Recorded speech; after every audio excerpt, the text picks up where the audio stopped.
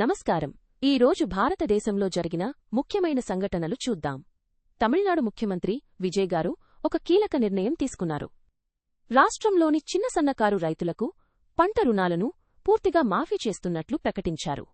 ఇది లక్షలాది మంది రైతులకు గొప్ప ఊరటనిస్తుంది.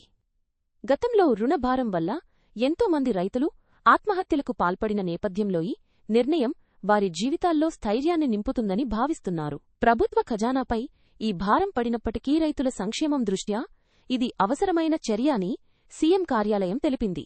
ఇక వినియోగదారులకు శుభవార్త.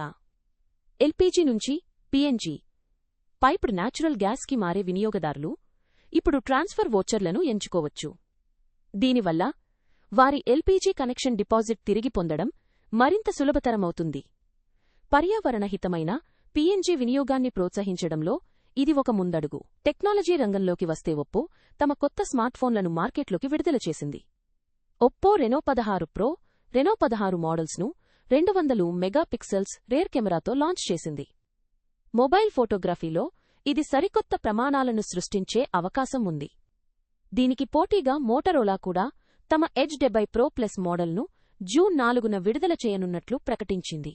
ఈ రెండు ఫోన్లు వినియోగదారులను ఎంతగా ఆకట్టుకుంటాయో చూడాలి. చివరగా బాలీవుడ్ వార్తల విషయానికి వస్తే డాన్ 3 చిత్రం విషయంలో రణ్వీర్ సింగ్ ఫర్హాన్ అఖ్తర్ల మధ్య విభేదాలు తలెత్తినట్లు వార్తలు వస్తున్నాయి. షారుఖ్ ఖాన్ తర్వాత డాన్ సిరీస్ను రణ్వీర్ సింగ్ కొనసాగించడంపై కొంతకాలంగా చర్చ జరుగుతున్న నేపథ్యంలో ఈ విభేదాలు సినిమా భవిష్యత్తుపై ప్రభావం చూపవచ్చు. మరి ఈ వార్తల్లో ఎంతవరకు నిజముందో వేచి చూడాలి. మళ్ళీ కలుద్దాం. నమస్కారం. అంతర్జాతీయ వార్తలలో మొదటగా రష్యా ఉక్రెయిన్ యుద్ధం గురించి. ఉక్రెయిన్కు అమెరికా మరోసారి ఆయుధ సహాయం అందించింది. ఈ సహాయం యుద్ధంలో ఉక్రెయిన్ స్థానాన్ని మరింత బలోపేతం చేస్తుందని విశ్లేషకులు భావిస్తున్నారు. ఈ పరిణామం రష్యా ఉక్రెయిన్ ఘర్షణను మరింత సంక్లిష్టం చేయవచ్చు. యూరప్ భద్రతపై దీని ప్రభావం చాలా ఎక్కువగా ఉంటుంది. ఇక మధ్యప్రాచ్యం విషయానికి వస్తే గాజాలో కాల్పుల విరమణ ప్రయత్నాలు మళ్లీ నిలిచిపోయాయి. హమాస్ ఇజ్రాయెల్ మధ్య రాజీ కుదరకపోవడం ఆందోళన కలిగిస్తోంది.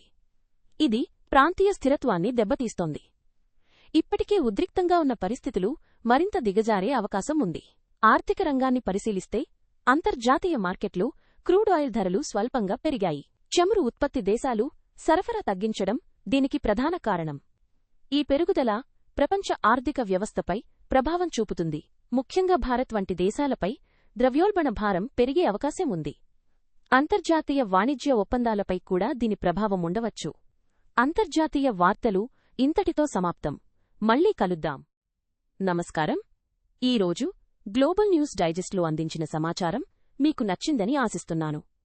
నిరంతరం దేశ విదేశాల్లోని ముఖ్యమైన వార్తలను, తాజా పరిణామాలను ఎప్పటికప్పుడు మీకు చేరవేయడానికి మా బృందం కృషి చేస్తుంది.